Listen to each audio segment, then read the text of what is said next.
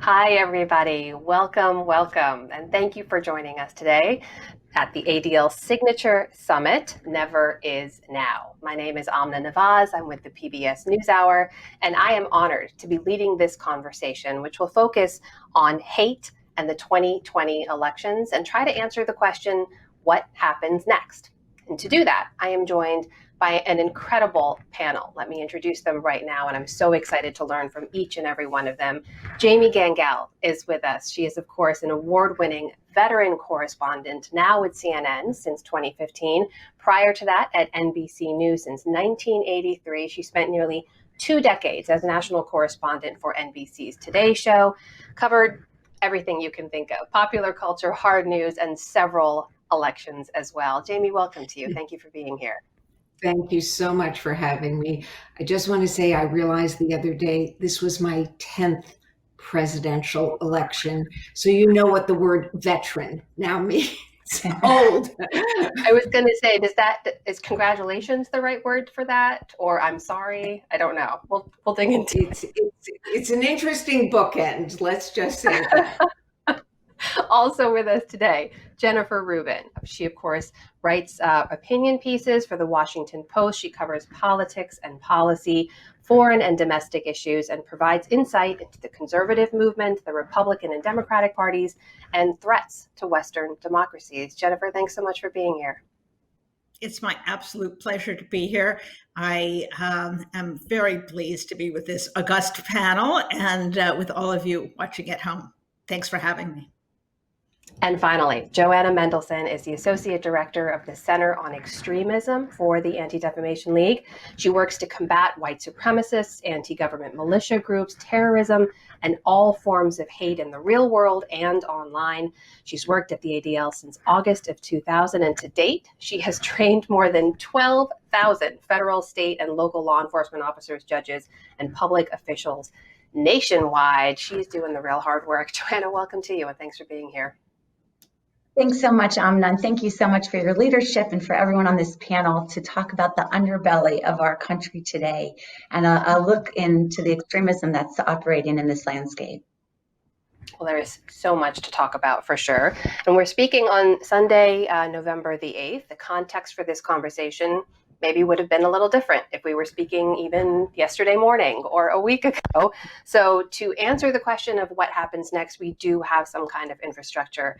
And I'm grateful for that because there's still a lot of questions. I think that's very fair to say. And Jamie, that's where we come to you. Your 10th presidential election. First of all, the idea that we are still talking about hate and politics at this level, as Joanna just mentioned, the white supremacy and the militia groups and everything that is still a very real threat. Just when you step back for a moment, can you believe that we are still having this conversation today? So I was thinking 4 years ago, I would have said that I would be surprised. But unfortunately, after the last 4 years and everything we've seen, I'm not surprised. I will say that watching Charlottesville was a real wake-up call for me. And I think I would say that I felt that I was naive when I watched it. I was just rather amazed to see it out there in public so starkly, so proudly, and then to watch the last 4 years with two words that have become very, we've heard a lot, dog whistle, and doubling down and tripling down. And then actually to see, we all thought, we meaning CNN, MSNBC, New York Times, Washington Post, The Atlantic, a lot of us wrote about this election as being the coronavirus election. But when I saw the popular vote come in for Donald Trump, I thought we made a mistake in that. I really thought the coronavirus would be the issue. And I don't think in the end that it was. I think what we're talking about here today is very much what this election was about. It is so interesting you say that because, even for us as we were covering the election, I remember looking at the numbers and people would say, yes, the pandemic is one of my top issues or my top issue, but it was interpreted in a lot of different ways, like how you see the pandemic and what part of the pandemic you're talking about. Jennifer, I'd love to bring you in on that point now, especially in this election. Jamie says hate and some of those forces were very much one of the top issues driving how people saw this election. Do you believe that was true? Absolutely. I think what the Trump years have taught us is that we are no different than other democracies around the world, which are struggling with right-wing, populist, often anti-Semitic, invariably xenophobic movements, and that they thrive in a social media atmosphere in which anyone can say practically anything. They subsist in a media environment that is entirely outside the sort of media outlets that Jamie just listed. They operate with a shorthand and with a vocabulary and a reference point that is foreign to most of us. And that there are 70 million or so Americans who either operate there or are content to acquiesce to enable that sort of mindset remains a grave challenge to America. And I think we still have not wrestled with this enormous cultural divide, racial divide, mindset divide. And it will be, I think, with us for a very long time. Donald Trump was not the source of this problem. He brought it out from the shadows, and he gave it voice, and he gave it an air of legitimacy in some cases, but it's going to be with us for a very long time. And the sorts of alliances, the sorts of structures that have grown up to try to wrestle with this, to try to contain this, are going to have to survive and are going to have to continue, because this is a fact of 21st century America at this point. Joanna, it's a great point I want to bring you in on that Jennifer just made about the fact that, we talk about this in the context of the last 4 years because we're talking about politics, and this was this last presidential administration, the current one, where a lot of this energy was focused, but it didn't begin there, right? I mean, has this just been part of the peaks and valleys of the way these forces show up in America? So you don't have to be an expert on extremism to understand that bigotry and civil unrest is at this all-time or at disturbingly high levels. And I think that if you look at white supremacists and some of their messaging, this is the same old messages that we saw decades ago, but it's just repackaged. There is a strategic effort to make their messaging more palatable. So whether or not it's in the words that they use to talk about Western identity or avoid the term race, don't have a blazing swastika, and yet have the same ideals, the same tenor, and the same tropes articulated, is something that is very strategic by this current movement. And the fact that, as Jamie noted, the fact that you saw white supremacists come out and bear their hateful ideology unmasked and unintimidated, to shout, "You will not replace us." That messaging we saw loud and clear, where ADL had documented this was the largest white supremacist event in the last 10 years. So although we have historically tracked these groups in the shadows, we are seeing how the rhetoric, the anti-Semitism, the racism, the xenophobia, the xenophobia have essentially fanned the flames and have emboldened an extremist base that has then bled into some of the mainstream. Jamie, talk a little bit about where and how we've seen this before. Over 10 presidential elections, everyone has now said none of this is new. It's the same old story, packaged differently and being amplified differently and sort of manifesting itself differently because of technology and because of who's in charge. But there has been racism, there has been sexism, there's been xenophobia, there's been anti-Semitism baked into some political elements for years and years. Where have you seen it before, and what struck you about what's been different over the last 4 years? So one of the things I was thinking about when I said bookends is that the first campaign I covered was presidential campaign was 1984 with Jesse Jackson and then Jerry Ferraro. And we didn't talk about this a lot at the time, but there were so many threats against Jesse Jackson that at that time, I had 2 camera crews and 2 producers who traveled with me for all of those months. And the Secret Service really warned us about threats because Reverend Jackson was such a target. And it was informal, but we worked out a system where one crew, and either I would be close or a producer would be close to Jackson, but we were so concerned about a bombing attempt or an assassination attempt that one crew and one producer always stayed very far away outside what we considered a perimeter. We always had a plan about if that happened, who would get the tape back? Where would we go? That was part of our daily logistical planning. And so it goes back before then, but that's my first experience. And this is a question that the ADL frankly could answer better for me, but one of the things that has struck me now is the internet and social media. And it's not just that it's the Wild West, and it's not just that it's a sewer. It's a place where young people spend a lot of time and get a lot of information and are very vulnerable.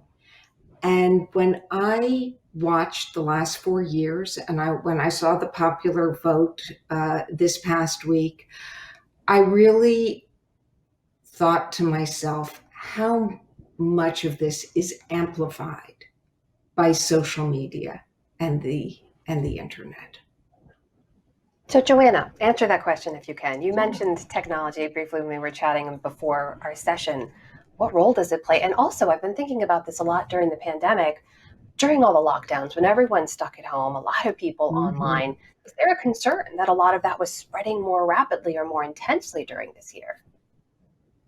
Absolutely. And we've actually noticed this long-term trajectory of extremists trying to harness the internet, to weaponize their hate. So whether or not you're looking at these horrific attacks in Christchurch or in Poway or El Paso, where white supremacists have not only prepared their weapons and prepared their plot to harm and hurt others, the ones that they disagree with, but they're also preparing their live streams. They're preparing their ability to seed their hateful actions across the internet.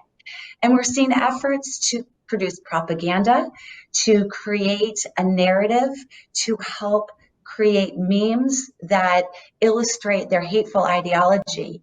We're seeing robocalls that went out to 10 million people that say it's not safe to go vote tomorrow, or perhaps you should vote the next day because the lines are too long. And so the ability to use technology to push their rhetoric, and we're seeing it in a whole host of platforms. It's not just the mainstream platforms. ADL took a hard stand against Facebook with our Stop Hate for Profit. But we are seeing the lion's den of hate being proliferated in 4chan, in 8kun, in Telegram, in all of these really dark spaces where the message is reverberated and echoed by all sorts of extremists. Jennifer, this idea of the message, of the rhetoric, of what we hear, not just from these groups whose interest it's in to push this out, but from our elected officials, not just in what they say, but what they don't say. How do you view all that, especially when you look at, as Jamie mentioned, how divided we are? You have over 70 million people who just voted for Donald Trump in this last election. Are some of the ideas so baked in that it doesn't matter what gets said at the elected leader level anymore? Well, you focus on, I think, the real challenge in the months and years ahead. And that is that one political party, to one degree or another, has decided that their political future depends upon supporting, at the very least, non-confronting this movement, these people, and this ideology. That they operate in a shorthand that they can go and have plausible deniability, to quote a famous phrase, that they're not really saying the election was stolen. Instead, they're just saying we have to see through all of these legal challenges. They can say, we're not talking about race and fear of white suburbanites. We're just talking about not having low cost housing in the suburbs. That there is this constant effort to cajole, to wink, to encourage the more virulent strain of this in a way that does not entirely shock or repel other voices, so that they walk this line between legitimacy and rabble rousing. They believe still to this day that their future as political players, as cultural figures, as incumbents, depends upon tolerating and, to a certain sense, encouraging this. And although we rightly see that this is there is extremism on the right, there's extremism on the left. We rightly see that the forum, the incubator for a lot of this, is social media. When you get right down to it, the major problem that we have, I believe, is that one political party and one side of the political spectrum has been supporting this ego structure. And obviously with Trump, this phenomenon got much worse, because then they felt they were supporting, quote, their president. They then thought that they were supporting, quote, his agenda. But what they have done is tied themselves to this cesspool. They have tied themselves to the rhetoric, to the language of white supremacy. Even the denial of racism, as we all know, is a fundamental part of white supremacy. You have to deny that anything is wrong and then support government authority, use of force, any structure possible, painting those who are looking for social justice as the violent ones, as the other. That is a fundamental structure within white supremacy. And I think we have to look for that in what many less virulent voices are saying. A authoritarian streak, a subversive and paranoid view of all institutions, a contempt for elites, a resort to, frankly, anti-Semitic tropes at the drop of the hat. All of this is now, I think, afflicting one of our major political parties. And that, I think, is the challenge, at least in the short run, to try to wean one of our national parties away from this and see if we can return them to a responsible mainstream political outlook. Can I ask Jennifer? Yes, please go ahead. Can I just ask Jennifer? I hear a lot of Republicans talking about taking their party back from Trump. Do you think that's realistic, considering the popular vote turnout for Trump? I think it's going to be a very long process. And many of us who were rooting for a complete landslide, a complete obliteration, were hoping, perhaps unrealistically, that if the electorate delivered such a message, that process would be accelerated, and that the people who have been saying this is not the way to go would have the upper hand. They don't. And at this point, it is, I think, the view of many who have been supporting Trump. And you see it because they're unable to, at this point, even acknowledge that he has lost. You see senators who are otherwise presumably logical, rational human beings continue to embrace that. So I think in terms of taking back the party, I like to think of it in a slightly different way. And that is creating a coalition from center right to center left, of good faith advocates of democracy, small d democracy, and that's the task. It's not to take back one party, but to cross party lines, to have an ingathering, if you will, of people who believe in the rule of law, in a pluralistic democracy, in a free press, and in objective reality. And that's, I think, very long-term, very difficult task that we're going to have to undertake. Jamie, there's a slice of all of this that I know Jennifer has written a lot about, and Joanna, you and your colleagues have looked into as well. But I'd love to hear from Jamie's perspective as a journalist, the flourishing of conspiracy theories, which have always kind of been there under the radar a little bit, and we as journalists fight hard to push back against with facts. But it also gets sad, bringing facts to some of these conversations is like bringing a knife to a gunfight. And I'm curious how you view this, because none of this goes back in a bottle. I want to pitch forward now to see, what this next presidency will inherit. This is all still very much out there. Right. It's, in preparing for this panel, I was thinking about just the two words that we use to describe this, which is conspiracy theory. And I don't even like that term, because using the word theory to me makes it almost give it some kind of credibility, like you have this theory or you have that theory. I think one of the things we may need, and I don't have the answer, is different language to describe it. These are lies. These are ugly lies. This is not true. We pick up terms to describe things, and I think maybe we need a better job with just the language. I am so concerned about this because we also give it a lot of time and attention.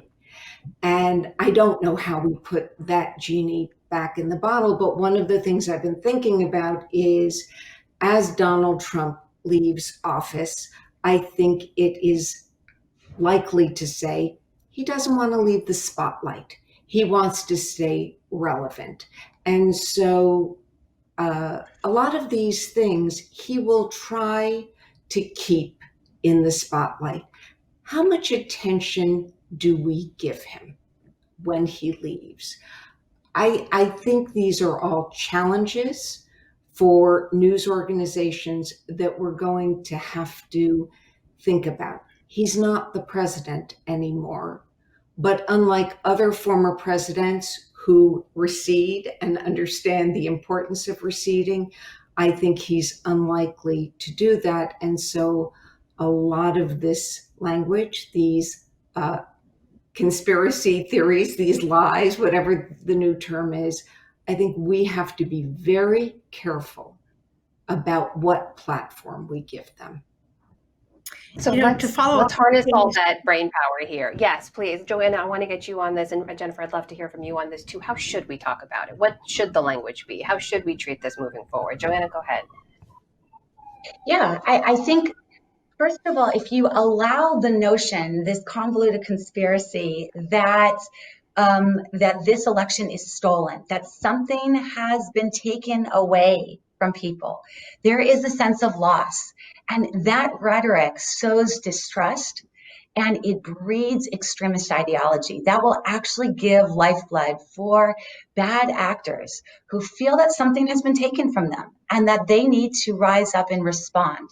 And when we look at extremist ideology, we see them as vigilante. We see them kind of fashioning this notion that they are helping protect society, democracy, to save against the evil forces that threaten their existence.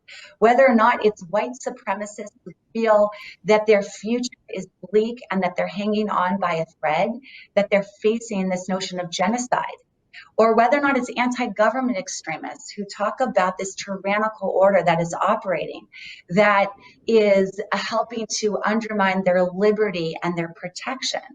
So what we're seeing is that the extremist narrative is eking into the mainstream. It is creating this general conversation.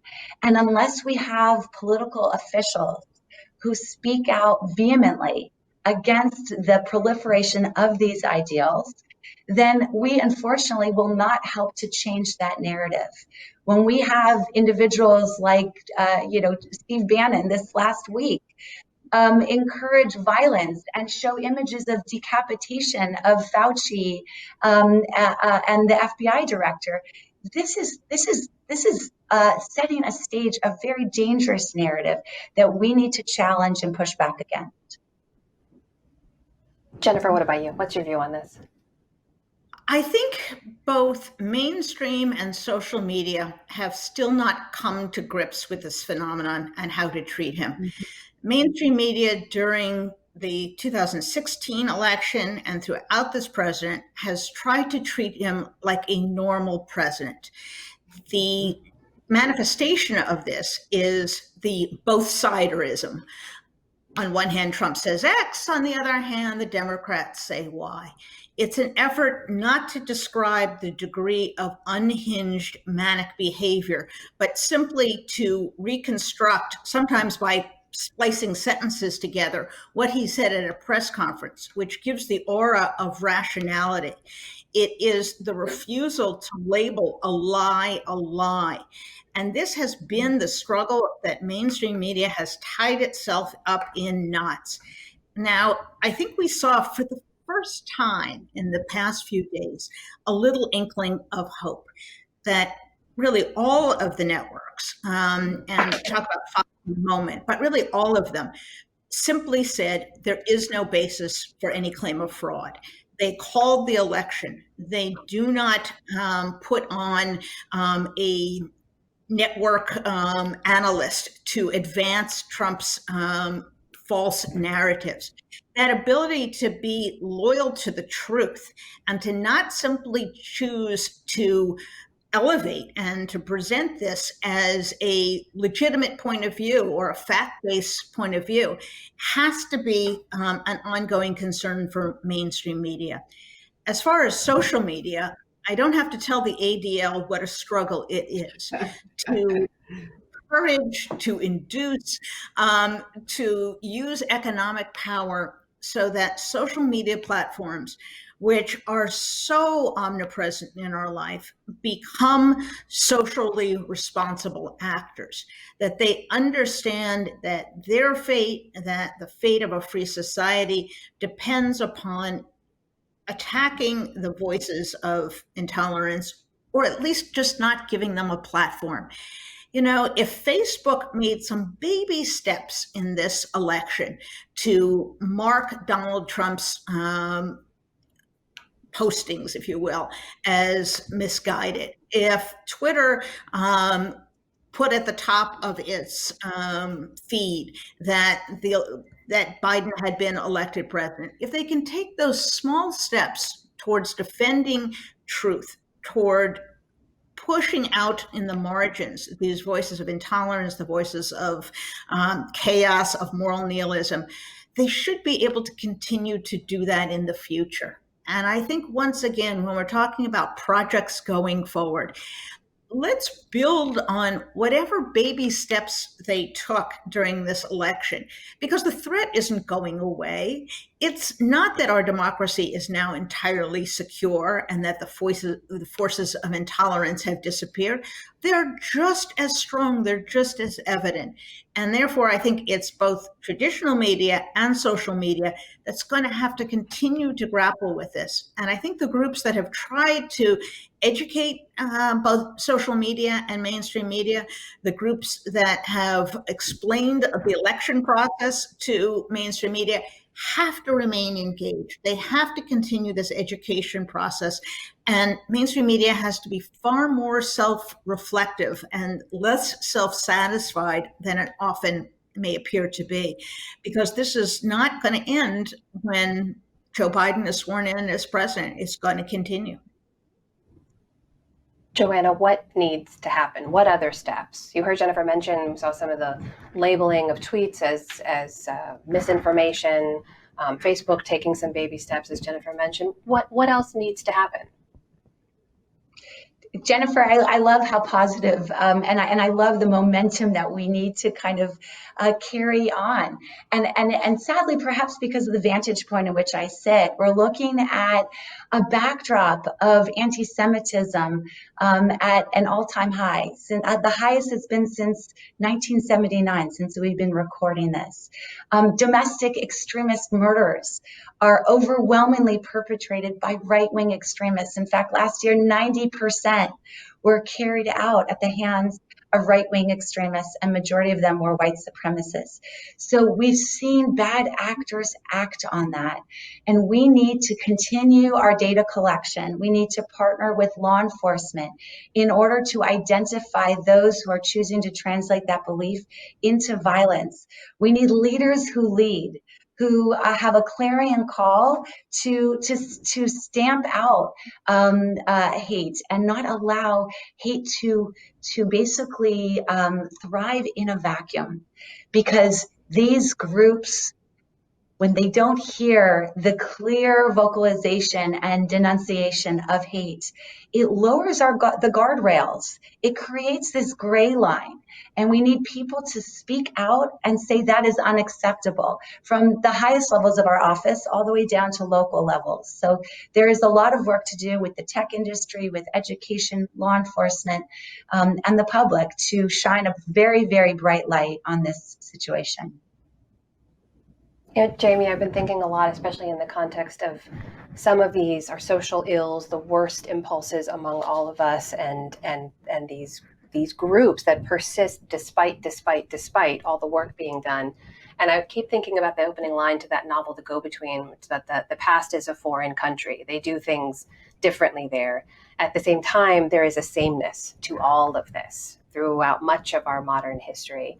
And as we see now what this next administration is tackling, they have a global pandemic that the numbers of which are increasing every day, and they will inherit a really bad situation.